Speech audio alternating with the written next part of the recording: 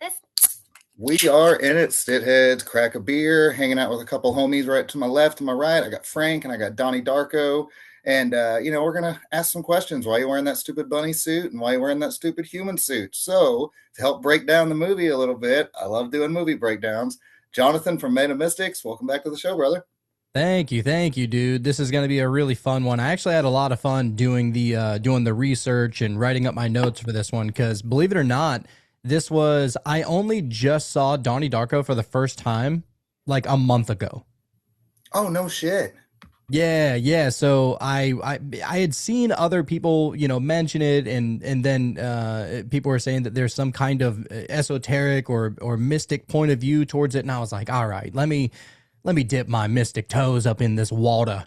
And turns out it was a little spicy, so I had to do a little deep dive on it. And here we are. Yeah, it's gonna be a fun one. Yeah, it's got a lot. I mean, that movie has just got a little bit of something in there for everybody. Whether it's like, I mean, it's got the pedo side of stuff, the busting, but then there's also the deeper stuff of the time travel. There's, all the cool, flashback to the 80s soundtrack and stuff like that. Then you even got young Seth Rogen in there too. I know, and I thought that it was funny that his only line throughout like the first three quarters of the movie was like boobs or I like your boobs or something Yeah, like that. it was always boobs. So funny, but yeah, it's gonna be a good one. So I don't know how many people were like me that never seen the movie. And so I'm gonna do like a little regular kind of breakdown, surface level, what happened in the movie, and that way we'll take the surface level things that we're aware of and we'll get deeper into it with the esoteric, the hermetic, the Gnostic understanding to it and everything, dude. This layer is actually like super, or this movie is actually super deep with a bunch of layers. Yeah, and it's interesting this is your first time watching it too because it's one of those replay movies too. Like after you finish it the first time, you're gonna like it's like the Big Lebowski or movies like that. You watch them the second, third, and fifth time, and you're like you just keep picking up new little things every time. Oh yeah, dude. I actually last night I went to go see Disclosure Day, and Mm. oh shit, it was a good one, dude. And I already know I'm gonna have to go back and watch it probably a couple of times because there was, it's Steven Spielberg. He always leaves, little breadcrumbs all throughout the movie to see if you can catch on. And what was actually funny was I heard him mention in passing that one of the people that was helping bring about disclosure, he said there was a guy named Nathan Twinning. And I was like, oh, I feel like I know that name. And turns out it was actually Nathan Twining, who was a part of like the Air Force and was a part of the UFO programs back in the day. And so I was like, oh, fun Hmm. little shout out there. But yeah, dude, it was actually a really good movie. But that's for another day. Maybe we'll do a breakdown on that one day That'd be too. cool. Yeah. Well, dude, Um, what do you think of Donnie Darko? Where do you want to start with it? Well, I have. For those who haven't seen Donnie Darko in years, or maybe have never seen it at all, we're going to break down the surface level story before diving into the esoteric kind of underlay. And I actually pulled a little snippet from a review from the internet, just so it's kind of like what you would see, back in the day. They would have the description of the movie on the back of the VHS, kind of one of those for a little second. So the movie follows a troubled but highly intelligent teenager named Donnie Darko who begins experiencing bizarre visions after being visited by a terrifying figure in a rabbit costume named Frank. One night, Frank lures Donnie out of his house and tells him that the world is going to end in 28 days, 6 hours, 42 minutes, and 12 seconds. Very specific. And we have a reason for that, by the way.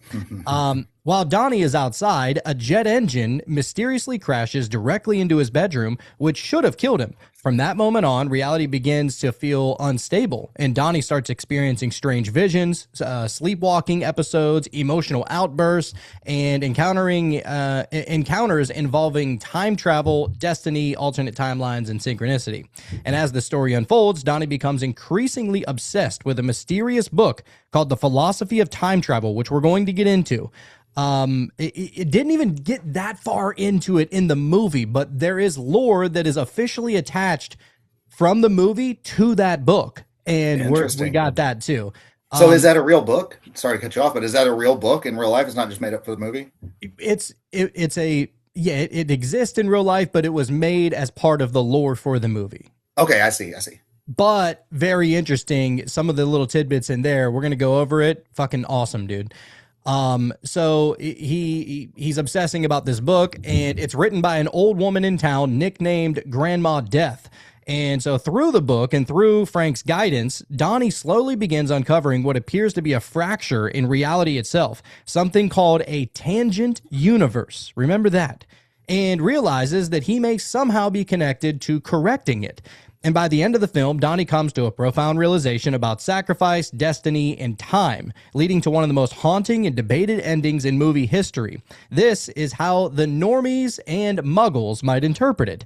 Now, that's on the surface level, right? I mean, if you're just watching it for the entertainment value, that's what you got out of it. But for us fucking movie geeks out there trying to discover the deeper meanings, in the world of esotericism, nothing is ever what it seems like on the surface level. So we're diving into deep waters, baby. So I will say your average muggle will think, I call everybody that is like kind of the NPCs, just muggles. Yeah. Your average muggle will think that Donnie Darko is just a movie about time travel and mental illness. Oh, that poor Donnie Darko. Yeah, it's those. That's what those medications will make you think. Completely illogical and loopy, and it was just a little manic schizophrenic kind of episode that he experienced, right? But the deeper you go into the symbolism of the movie is actually about awakening from the illusion, predestination versus free will, and ego death. Those are like the big cornerstones of the deeper parts of the movie. So the entire movie can be interpreted as like a Gnostic awakening story. You can look at it through that lens. You can look at it through a near-death experience kind of lens, because if you really think about it, he should have died whenever that jet engine, came and fell onto his room. Yeah.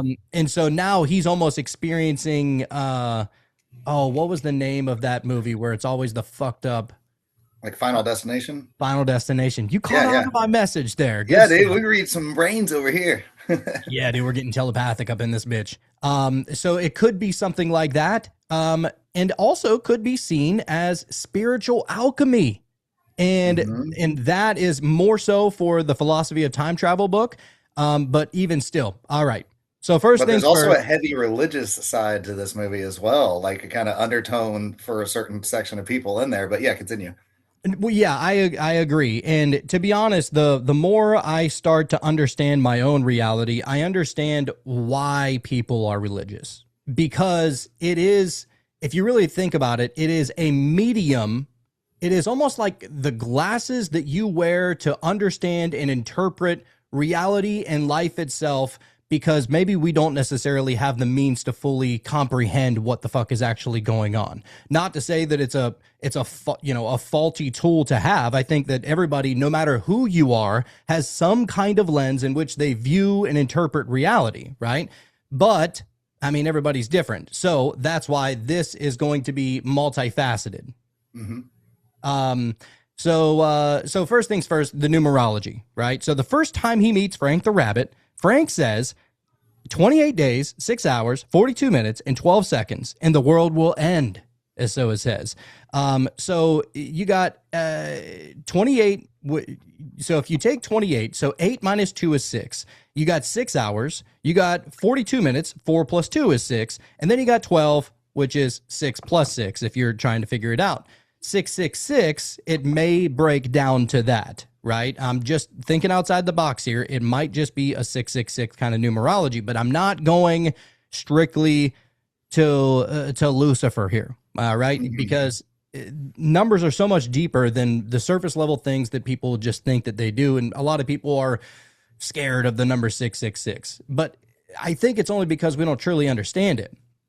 So the number of the beast is 666, allegedly, right? Even though if you go back to the early interpretations of the Bible, it was never 666. It was always 660 and 6. And people just like add them all up for some reason. But it was never interpreted that way. It was always 660 and 6 when talking about the number of the beast, right? But in an esoteric level, check this shit out. Esoteric interpretations see it as representing, this is what I love, Material consciousness, talking about 666, represents material, physical world consciousness. It represents your ego identification, not the true you, just the clown suit that everybody wears, right?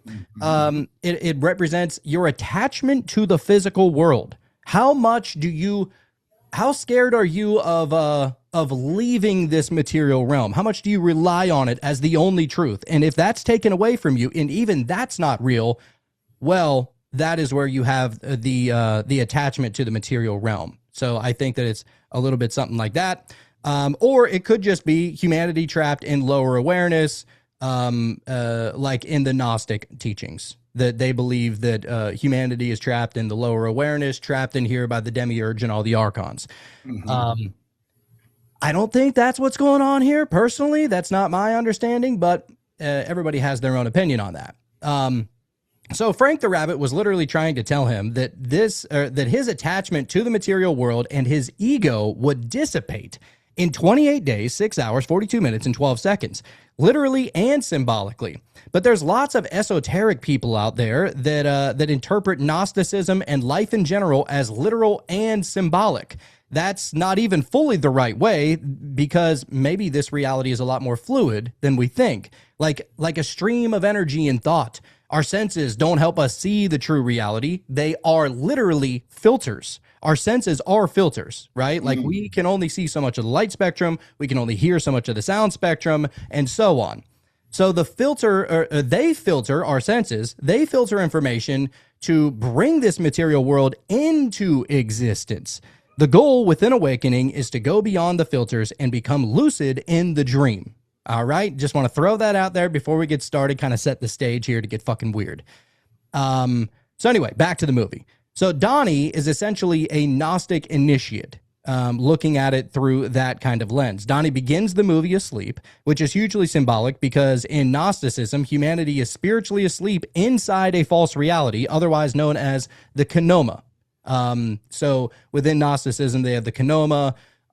There's a bunch of different terms out there that call this reality, like basically the fake illusion, the Maya, the projection, whatever you want to call it, right? But in Gnosticism, it's Kenoma. So Donnie literally sleepwalks through the beginning of the film and is awakened by Frank the Rabbit. And so Frank is basically his demon, but Daemon, not the Yeah. traditional what people know as demon, or a spirit guide, or a higher self, or some. Most people would probably interpret Frank the Rabbit as a trickster archetype. So Mhm. I believe that's Kind of like a probably more Grim like it. Reaper, almost like a Grim Reaper too. Yeah, yeah. Well, and I think even the Grim Reaper kind of gets a bad rep. It's like the Grim Reaper is the only one there for you when you die. Like if it wasn't for No the Grim kidding. Reaper, you'd have nobody there with you. Yeah, no kidding. So at least there's that. So Frank, I don't believe Frank is there to save Donnie, because everyone who's been initiated into esotericism knows that nobody can save you but yourself. You're the only person that can ever save you. But what you can have, if you're ready for an awakening, is a guide. So Frank is there to awaken him metaphysically, which is very similar to Morpheus in the Matrix, right? Mhm. Morpheus is there for Neo in the Matrix, not there to save him, but to be a guide on his journey to saving himself. Like Virgil in Dante's Inferno, Hermes, whenever he's guiding his initiates, or like the Holy Guardian Angel, or the HGA, from which Aleister Crowley, that whole school of thought over there. So people have documented these kinds of guides to help them along their process and through their journey and whatnot. And I believe that that's probably what's really going on with Frank here. I don't think that he's necessarily an angel or a demon, kind of like an intermediary, if Mhm. that makes sense.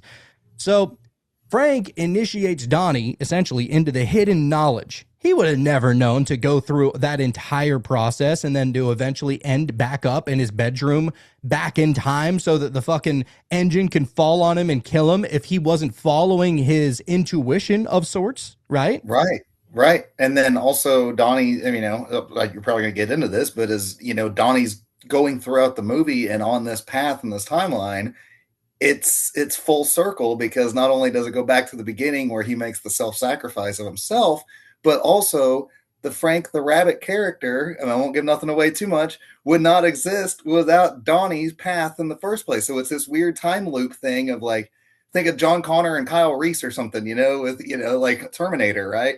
You got to have the event happen to be able to have the other. So, anyways, continue. No, it's a paradox. Yeah, it's Yes, exactly. that's They what I was can't looking exist for. without each other. That's the word I was Yeah. looking for. I'm It's half not retarded. it's not one that creates the other or that helps the other in creation, is that they create it together at the same time. That's a Yeah. paradox, really. Yeah. It's only a paradox if we're looking at linear time. Because outside of time, there's no such thing as a paradox, I don't think. Right. And then with time travel in the big chunk of this movie, the idea of it, it's like, well, is that really linear time if you're able to manipulate time then? Because then if you can do that, you can do whatever you want with it. Right, right. Yeah, if Like you're when he I has mean, the conversation with his teacher, and the teacher's kind of like, I've got to end this conversation. I could lose my job. yeah, that was a weird feeling. Like seeing that for the first time, I was like, all right, did Donnie go too deep and the teacher is scared to really give him the sauce? Or does the teacher think that Donnie's losing his fucking mind and doesn't want to aid in his, him being a maniac kind of I deal? think it's a little bit of both. What do you think? I got that sense too. Yeah, that it was Yeah. a little bit of both. So all right, let's get to it. Back to so then you have the falling jet engine, the engine falling from the sky directly into Donnie's bedroom, which would have killed him if not for him listening to Frank the Rabbit and going for a sleepwalk. So you can almost kind of look at Frank as a bit of a savior. If he wasn't there, to help him along his path, he definitely wouldn't have lured him out into the sleepwalk to be able to tell him about the whole 28 days, right? Not necessarily a savior, but you know what I mean. Yeah. So the state of mind, this is interesting. This is right up my alley. I do hypnotherapy. I do past life regressions. I understand a little bit about the mind. But the state of mind that Donnie is in while he's sleepwalking is akin to what is called the somnambulistic state of mind, right? Which is exactly where I like to put my clients in a past life regression. It is literally you are a fraction, maybe a second or a fraction of a second before you fall asleep. Like that feeling to where you're kind of dreaming, you're kind of awake, like that in between state. That's where whenever somebody is sleepwalking, that's literally what they say is that you're in a somnambulistic state. So when people say, or when people talk about the that's a fucking word, somnambulistic state, they're borrowing that term because the mind enters a condition that resembles certain aspects of sleepwalking. Because in the somnambulistic state, you have reduced critical filtering, obviously, right? You have automatic behavior, heightened suggestibility, dreamlike cognition, and disassociation from ordinary waking awareness. So you're in this world, but you're not of this world, if you feel what I'm saying, right? Yeah. So it's kind of like a higher reality breaking into the material world. So anyway, back to the plane engine.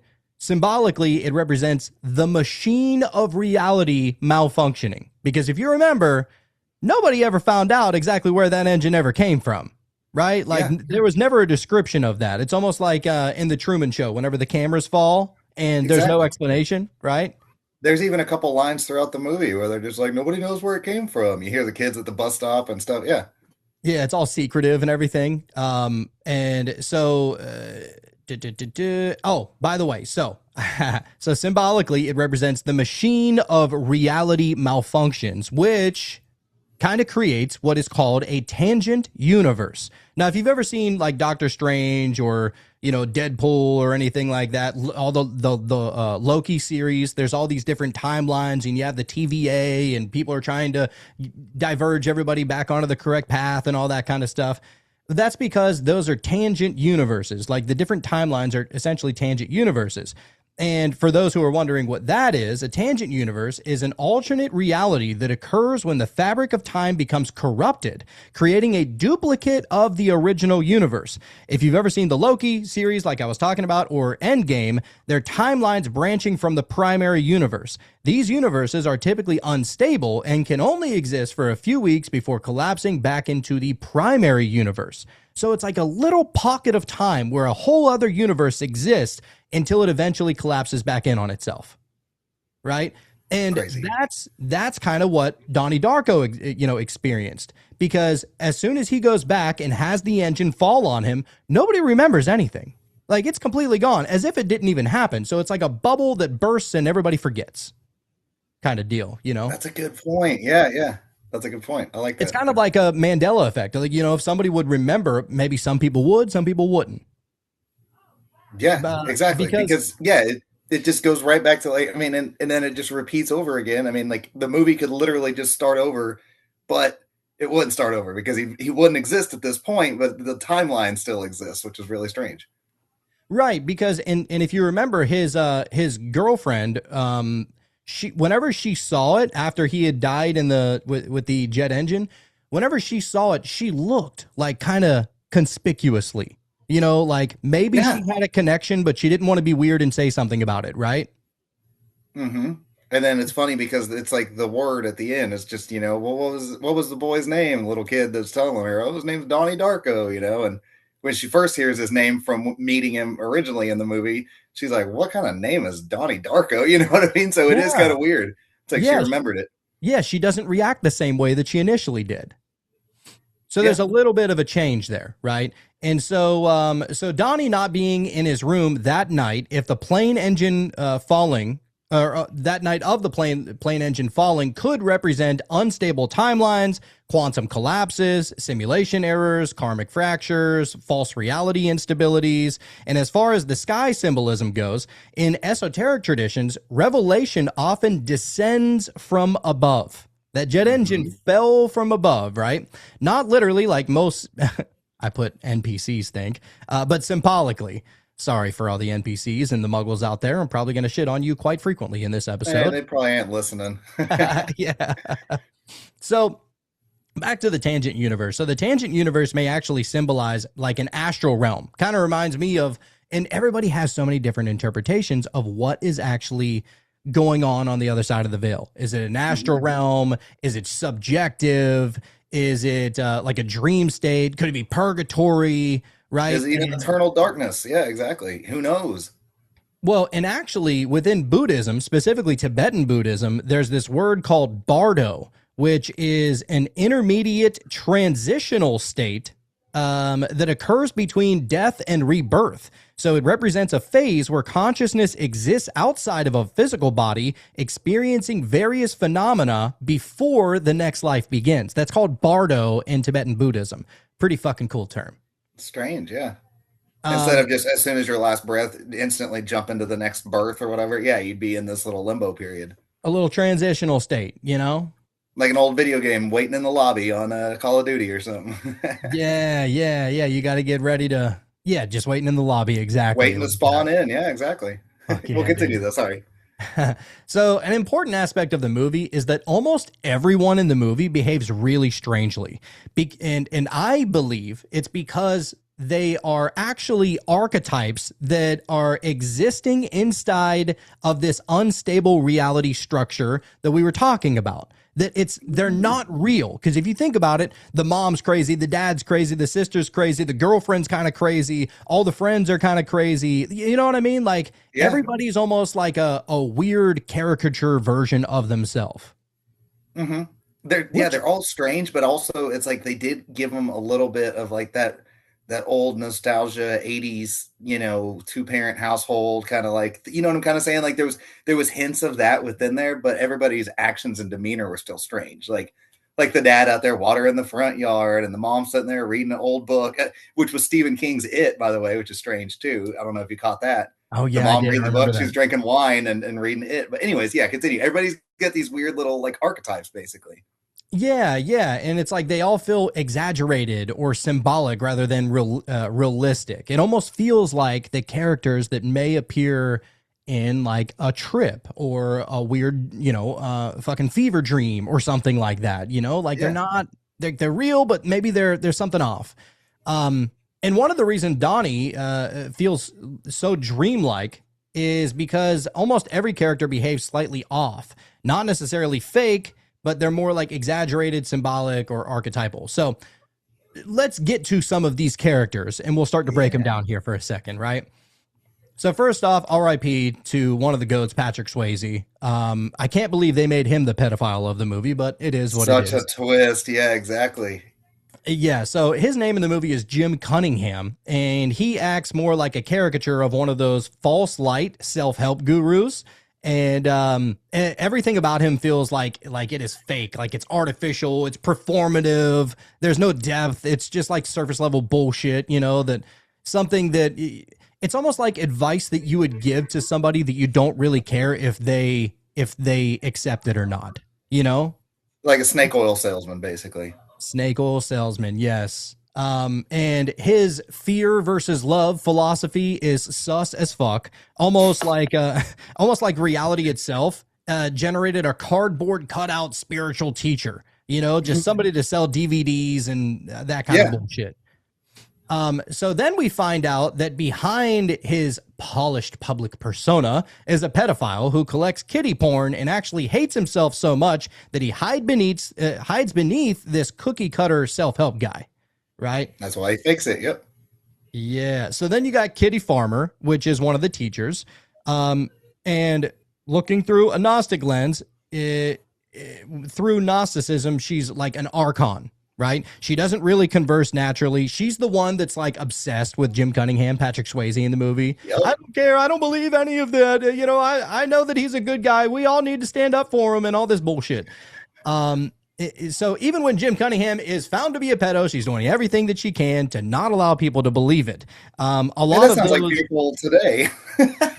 Continue. Bro, That sounds like shit. people modern day. Yeah, no shit. I know, dude. It's like all those pastors and priests, they get busted doing some pedo shit, but their flock doesn't believe their accusers because they essentially worship the middleman to God, is the way I kind of see it.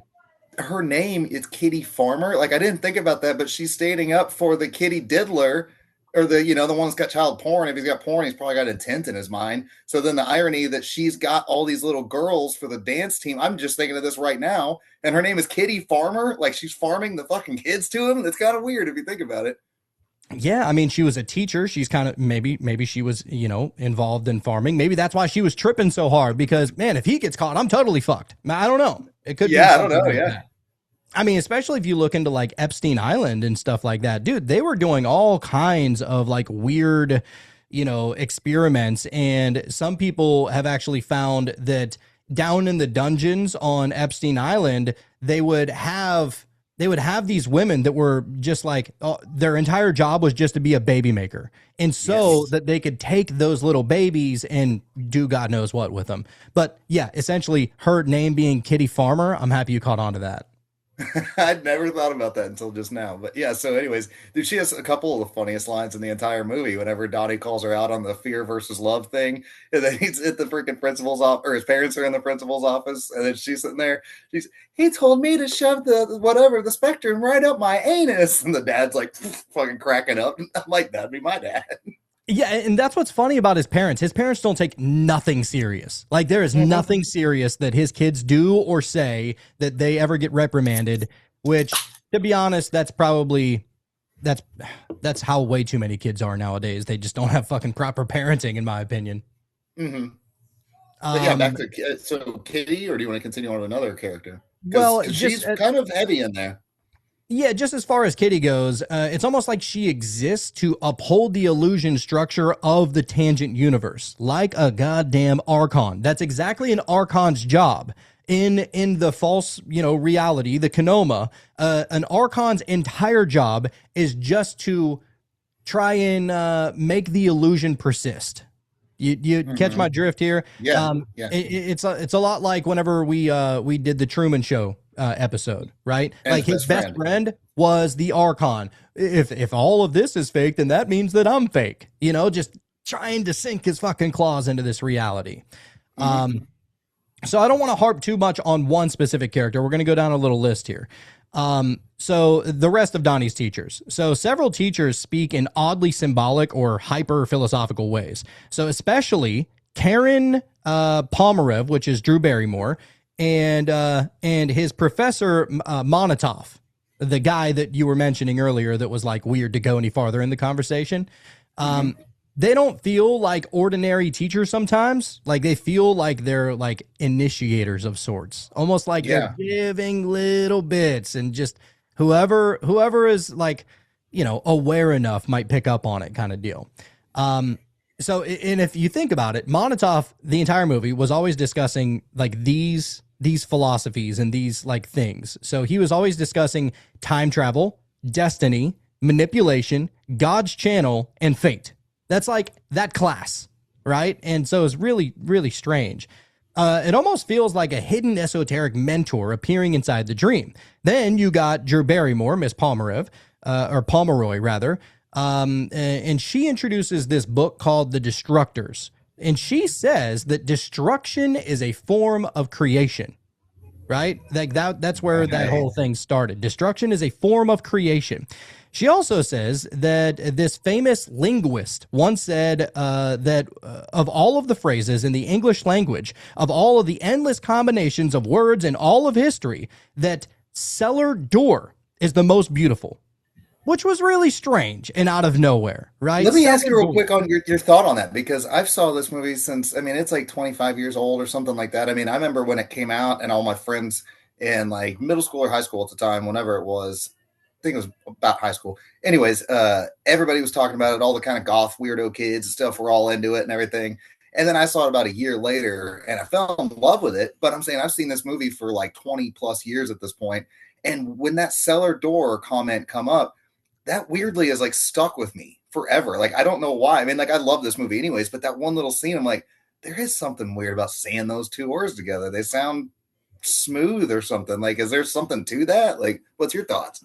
Well, as a hypnotist, we often use portals, so to say, in order to get you deeper and deeper and deeper into a hypnosis. So Dolores Cannon, what she used to say is, imagine, you're in your beautiful place, the most beautiful place that you can imagine, and you're sitting there and you're resting there. Maybe it's at a beach, right? And so you got the sand beneath your toes. You see the waves coming in, and you're kind of glancing out at the waves. But I want you to look up at the sky and find a big white cloud. And so you're sitting there and you're like, oh, I'm trying to find this big white cloud in my imagination, right? Like you're trying to go there.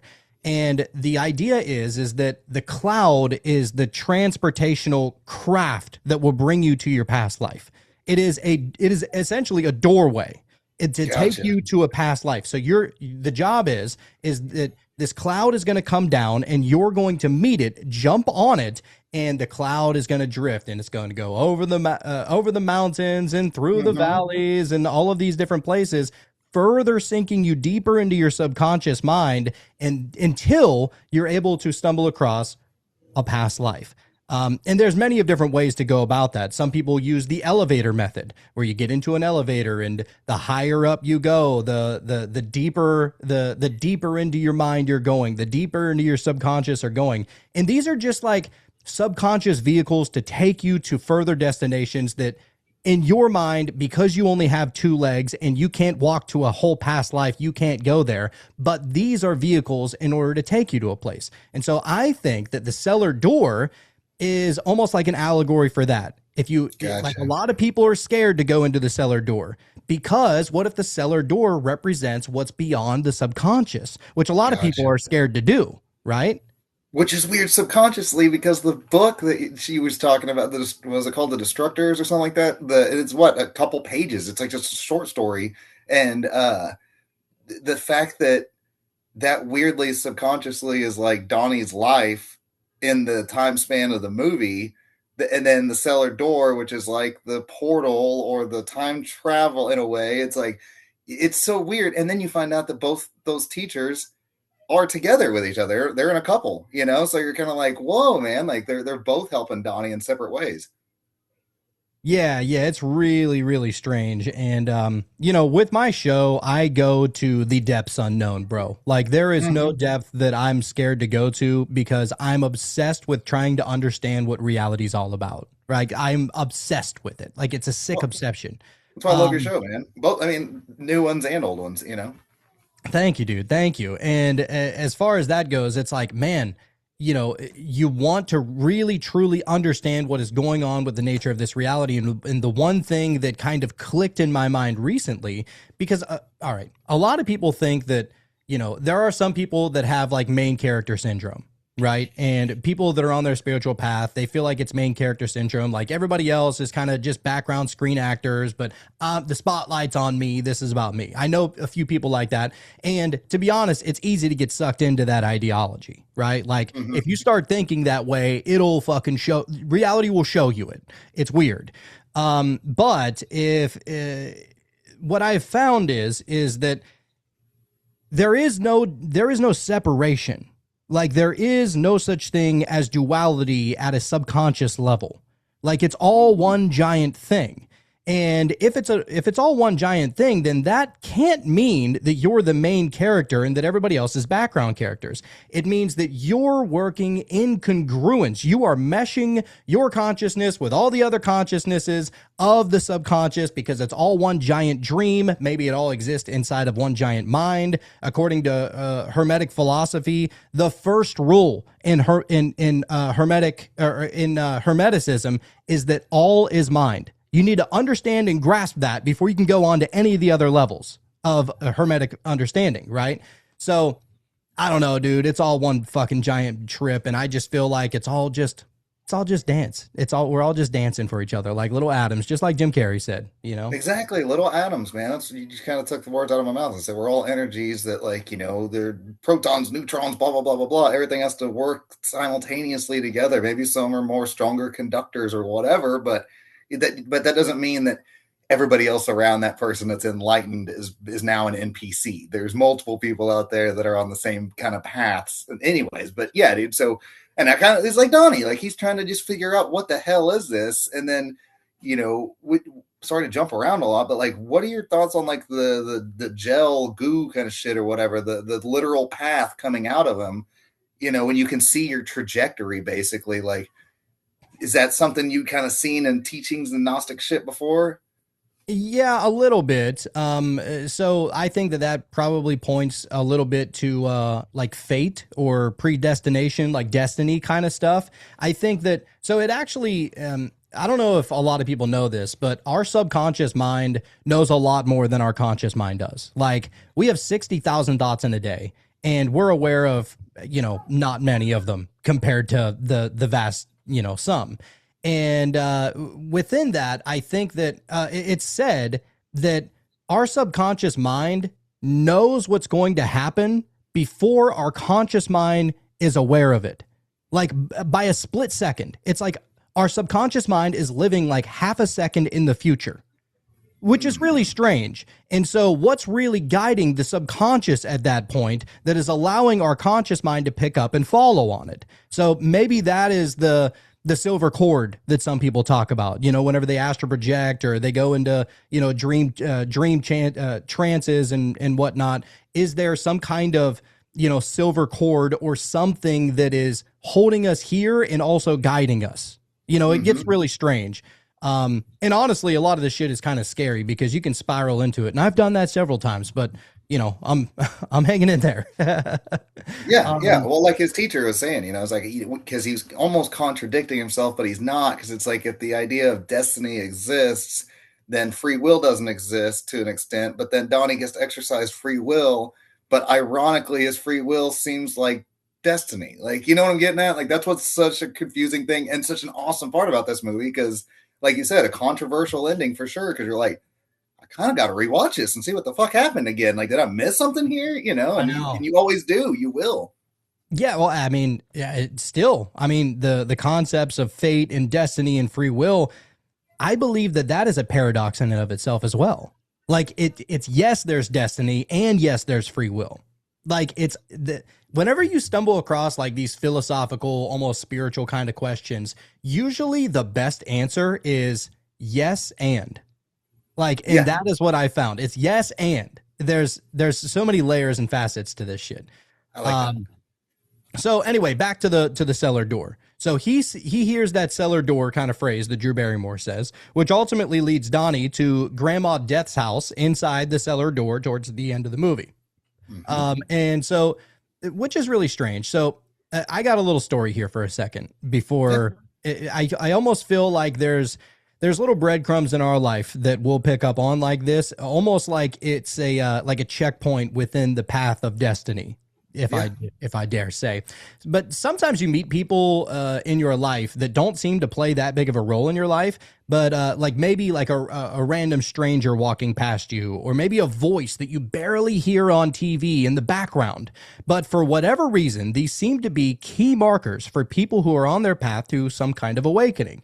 And so I have a story, and I call it Hippie Jimmy.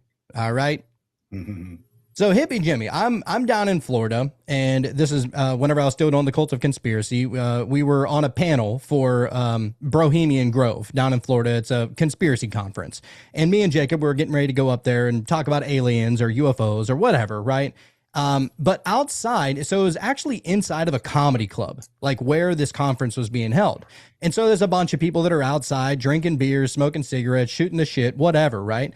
And then this fucking strange out of nowhere guy just shows up, like out of nowhere, literally. And he is, if you can imagine the most hippie person you can imagine, it was this guy, right? Old, like deadhead, like Yeah. that kind of guy. So he shows up and he's wearing like this cut off sleeve jean jacket with no shirt on underneath. He's wearing jeans that are now jorts because he's cut them. He Hell has yeah. he has like yeah, he's walking around barefoot. Like he's literally hitchhiking, walking around the earth completely barefoot. There could be glass, there could be sharp No rock. He shit. doesn't care, right? Like I swear he was like carrying like a fucking satchel. It was weird. So this guy out of nowhere, I wasn't even talking to him. And I just so happened to go stand near him because one of my buddies was over there. And I guess the person that he was talking to stopped listening to him. So I kind of felt bad and I wanted to tune in and make him feel good so that he can continue sharing his story, right? And because I hate that, dude. Whenever you're trying to tell a story and fucking people just stop paying attention. But anyway, so this guy, he's continuing on his story and he's like, and that is exactly why you should never live in a cabin in the middle of the woods. You should never do it. And that seems inconspicuous. Like, who cares, right? Yeah, I mean, you're talking about fucking hippie Jimmy here. But what's strange is, it was the timing. That day, I had told my friend Nick that I'm going to buy, my dream home is to buy a cabin in the woods away from everybody.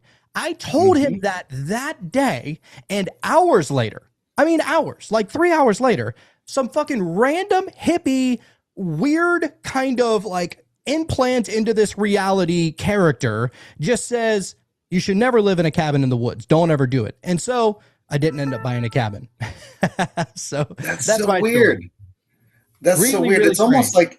like not a warning, but like trying to keep you away from doing so. Because I mean, normally you would hear like, okay, like like Eddie Bravo when people will talk about like scary movies, they'll say, "Oh, don't get in the water because there's a shark. Oh, don't go in the woods because there's Jason Voorhees or whatever." And then as soon as you get back to the city, everything's all safe, and you're like, actually, isn't it probably the opposite of that? But that's kind of strange that one little thing just happened to pop out from this one random ass guy. That's weird.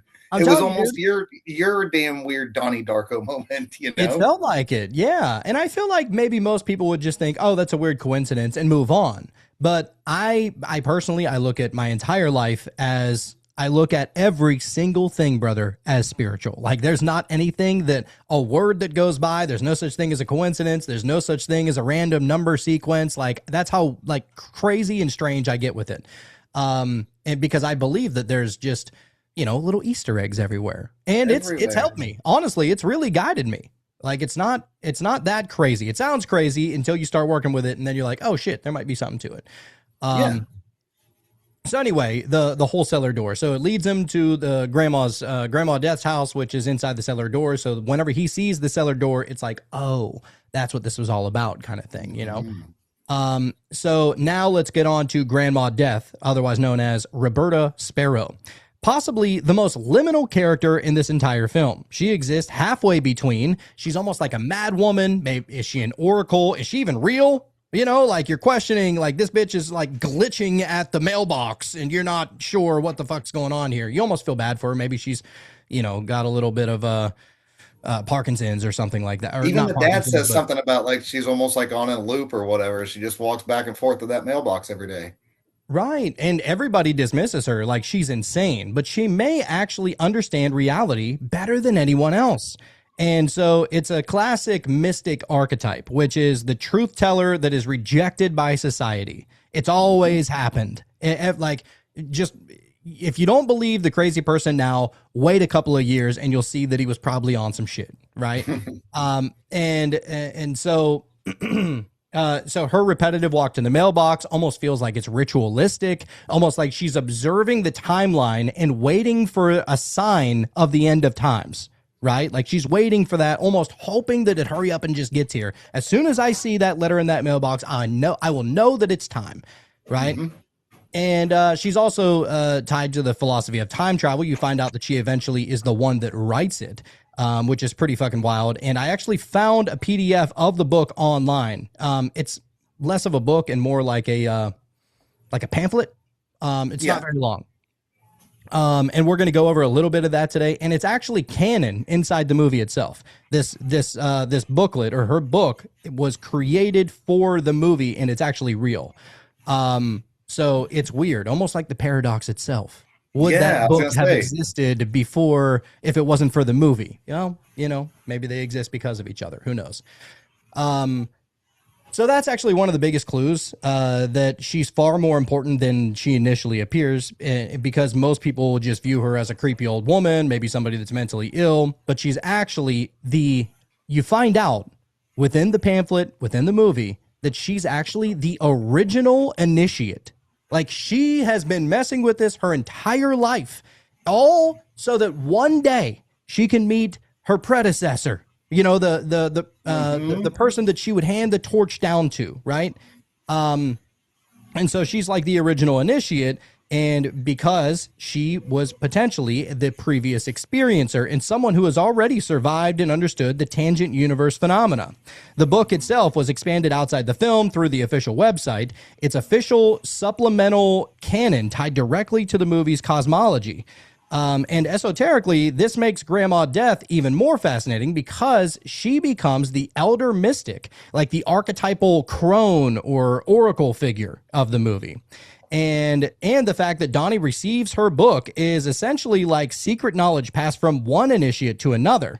The book starts out like this. All right, we're going to get really strange here. I'm not going to go too deep. I know we don't have that much time, but the book starts out legit. It goes, this intent of this short book is for it to be used as a simple and direct guide in a time of great danger. I pray that this is merely a work of fiction. If it is not, then I pray for you, the reader of this book. If I am still alive when the events foretold in these pages occur, then I hope that you will find me before it is too late. And then it's signed, Roberta Ann Sparrow, October of 1944. Wild. Crazy, right? So once we understand the entirety of the symbolism of this movie, we'll break down more of it. But for now, let's go to Frank the Rabbit here for a second. So Frank behaves like he's he's terrifying, like he's a scary looking motherfucker, right? But he's also a little playful. He seems emotionally detached, but he's also compassionate. So it's weird that there's like this push-pull kind of energy coming from him. He's not like a villain. Although it seems like that on the surface, his speech patterns are strange because he already knows the future. He doesn't want to say too much to give it all away. He's trying to lead Donnie into this, awakening of discovering what the true path is. And he's trying to dance around certain words in order not to suggest it too far and give it away. And so he's interacting from outside of linear time, remember, because he's in that somnambulistic state. And that gives him the eerie quality of like a dream figure or of like a demon. We'll get back on him here in a second, but then you have the family dynamics. Donnie's family interactions feel like they're dreamlike, and you'll notice things like awkward pauses, oddly timed humor, emotional detached reactions, and surreal dinner conversations. The famous Smurf dinner conversation is hilarious, but it's also bizarrely unnatural, similar to how conversations behave in dreams, if you think about it, to where they're emotionally and symbolically meaningful, but logically they're strange, and you would never say something like that in real life, Yeah. Then you have his girlfriend Gretchen. They're not called girlfriend and boyfriend. They just go together, which I thought was pretty fun. Yeah, yeah. So Gretchen appears mysteriously in Donnie's life exactly when she's needed, which is very Jungian, like Carl Jungian, right? Archetypally, because she symbolizes, looking through this lens, she symbolizes the divine feminine guiding Donnie toward his own sacrifice. And we'll get a little bit more on that here in a second. But then you have the entire town. Middlesex itself feels pretty weird. It's almost like people who live in the city. Think about like, all right. So I thought this was kind of strange too. It's almost like the people who live in the city, how they would think suburban people act. If you put yourself Yeah. there for a second, right? You're like, They're oh, detached and pretending. those weird ass suburban people, dude. I don't trust them. You know, like if you ever seen that TV show called Weeds. I've seen episodes. I mean, it's been a long time ago, but what about it? I mean, like, are they strange in their neighborhood like that too? Just like nobody really cares. It's like everybody's Okay, gotcha. putting on this surface level mask and nobody is actually who they are beneath the surface, you know? Gotcha.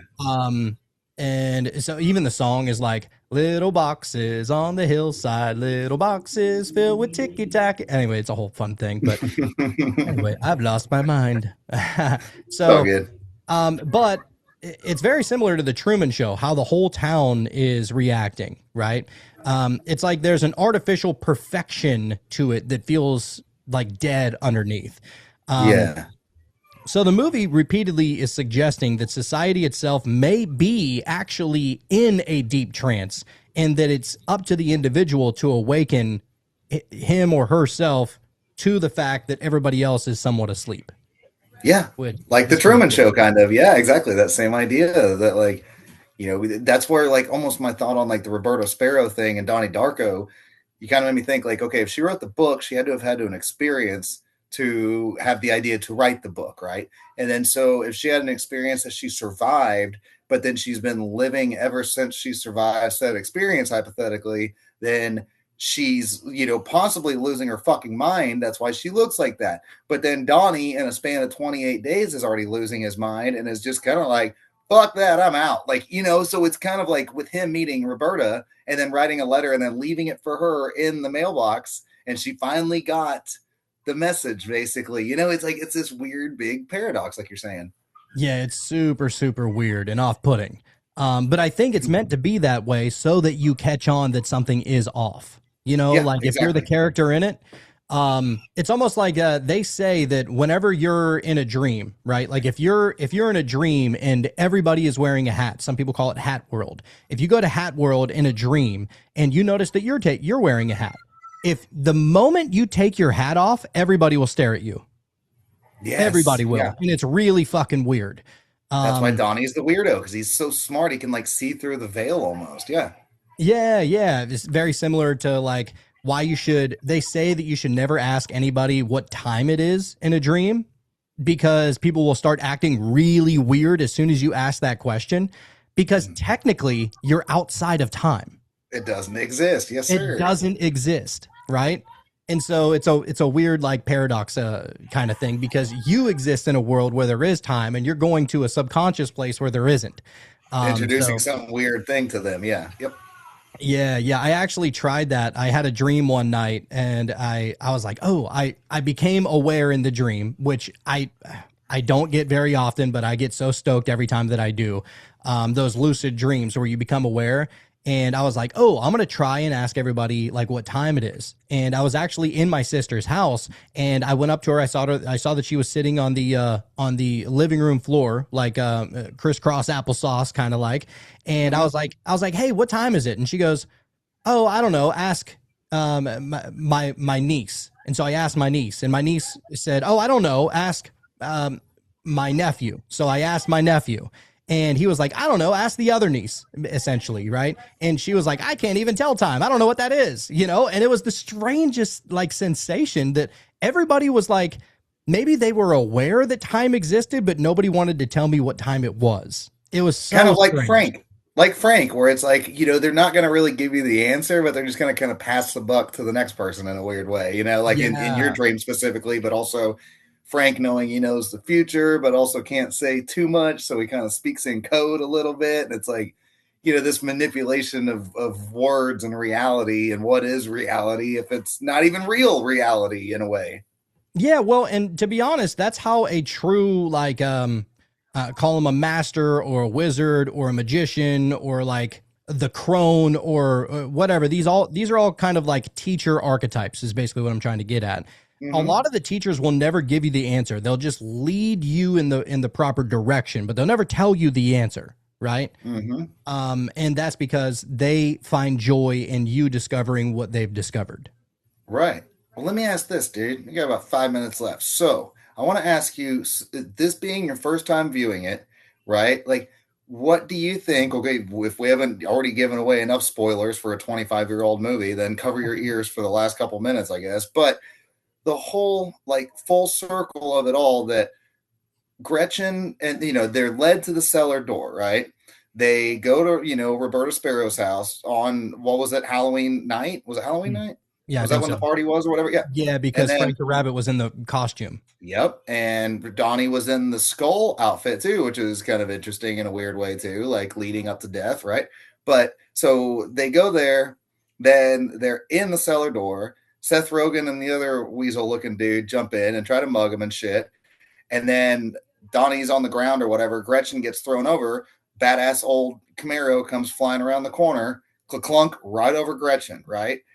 Who gets out of the car is Frank wearing the bunny outfit, which is crazy to Donnie's eyes, seeing the bunny in real time now, not in his mind. He's seeing the physical bunny in front of him, pulls the mask off, and sees that that's the same dude that was the bunny showed him in the movie theater, right? And then had the dripping eye. Donnie pulls out the gun and shoots him in the fucking eye. So is Frank, what I'm getting at, is he like almost offering forgiveness to Donnie? Is that why he comes to Donnie to get him on this path in the first place? Because it's weird if it's that's the conundrum. If Donnie never shot Frank that night, then Frank wouldn't have appeared for Donnie in the present, but the future happens the way it does. So, what are your thoughts on why Frank comes to help Donnie for whatever reason?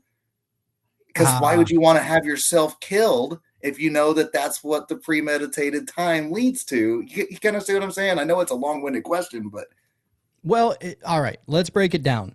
So, if Donnie would have died in his bedroom that night by the engine, then Frank wouldn't have gone through and did whatever he did and died in that way, right? exactly. So, Frank was essentially carrying out something. So, maybe he was doing it subconsciously. I don't know. But it almost seems like Frank was carrying this tangent universe that we were talking about. Maybe he became aware of it. Maybe he actually got his hands on that philosophy of time travel book and knew that he was Ooh. to play a fucking part in that whole thing, so that the tangent universe could collapse back into itself, and everyday reality would go back to happening as it should. Wild. I kind of like that because we never see Frank whatsoever. We never see him at the school. We never, not a single, moment until that, one of the very final scenes of the movie. Because then after that, Donnie takes Gretchen's body home, and then he knows the storm is coming. He sees the storm in the sky and everything. And then next thing you know, he's already lost her. So he kind of weirdly doesn't care about losing himself at this point. And that's why he kind of follows through with taking himself out. It's kind of like the butterfly effect. Ashton Kutcher goes back at the very last time he tries to time travel, and he's fucked everything up. So he just goes back to being kids, tells her, I'll kill your fucking family. They go separate ways, and she gets to live happy and forever, and he gets to be miserable. So Donnie dies for her sacrifice in a weird way. It's a strange movie, man, but it's a fun one to think about. Oh yeah, yeah. Because if Donnie dies in his bedroom, then his girlfriend lives, Frank lives, and none of this ever happens. You know, None of it happens. Patrick Swayze doesn't get busted. yep. None of it happens. So that's the weird, like, Because it was an interruption. You know, yes, it was something that was out of the time loop that wasn't supposed to be in there, and it had to find a way to correct itself, which is probably how people become wizards and, all that kind of shit in the first place. right. But no matter what, man, it's that old butterfly effect. Not just the movie term, but like the idea. You go back in time, rip the wing off a butterfly, and come back, everything's fucked up. It's like, man, playing with playing with manipulating time is a strange concept, but dude, Well, this was fucking epic. Like we're able to do more movie breakdowns with you because the last time you surprised me, this time this was my idea. So I'm glad that you had never seen it because I could have probably swore that you would have seen a movie like this, but it's cool I introduced this movie to you and made you think about it. yeah, I appreciate that, dude. Yeah, it's a weird thing. You know, I love doing all of these because it makes you think deeper, and it's also, pop culture. Like that movie has now become part of pop culture. Most people know what it is now, except for me up until about a month ago. But I was able to find it and, made me think, and that's what I like. Movies that make your mind twist up like a pretzel. That's my favorite. And actually we only got through half the notes. So if you want to do a part 2 sometime, brother, you just let me know. Absolutely. Let's go part two, going even weirder with it. Because, I mean, it's just, and that can give you time to do another watch or rewatch and then kind of catch some other stuff. And might give you a couple more notes. Hell yeah, dude. We'll set it up at a future time. Well, guys, Donnie Darko and Gnosticism and freaking whatever else, premeditation and destiny and time travel and weirdness, and it's a fun movie, but it's also a movie that makes you think. So, Jonathan, I can't thank you enough for doing this, man. I've listened to you for years. It's cool that I've had you on my show a couple times now, so it's like I hope we keep this connection going. You're great at breaking down stuff in ways that are way past. I can understand it. I just can't say it. I don't know how to speak it out. So it's a cool fun vibe whenever you're on the show. So man, remind everybody where they can find you, and let's do a part two of this. Yeah, man, I appreciate you having me on, and I appreciate your curiosity and openness to hearing about this kind of stuff because, on a surface level, it is just entertainment until you start kind of intertwining some of the concepts into your own mind, and that's really where I like to go on my podcast. My podcast is called Metamystics, and we're available on all podcast platforms. You'll be able to see clips of the show on YouTube, Instagram, TikTok. And it's all at Metamystics or Metamystics Podcast. And there's also a Patreon if you want to be able to get the shows days in advance, completely commercial free. And also, we do a live show every Wednesday night where we bring on amazing guests like psychics and magicians and witches and alien experiencers and you name it, we got it. Everything weird is on the Metamystics. That's what we like to do. And actually, the catchphrase of the show is "You don't know what you don't know." And I so love that that. hopefully just inspires people to keep an open mind. The catchphrase of my show is putting the ass in classy. So yours is maybe a little better. Hell yeah, baby. Well, Stitt-Heads, go check out Metamystics, man. And Jonathan, I'm gonna have you back soon. We'll do a part two on this, and then we'll find another movie to break down and get weird with it. So Stitt-Heads, love you guys. I've already said it once, but I'll say it again. Bye bye, and keep putting the ass in classy. Peace out. Wait a minute.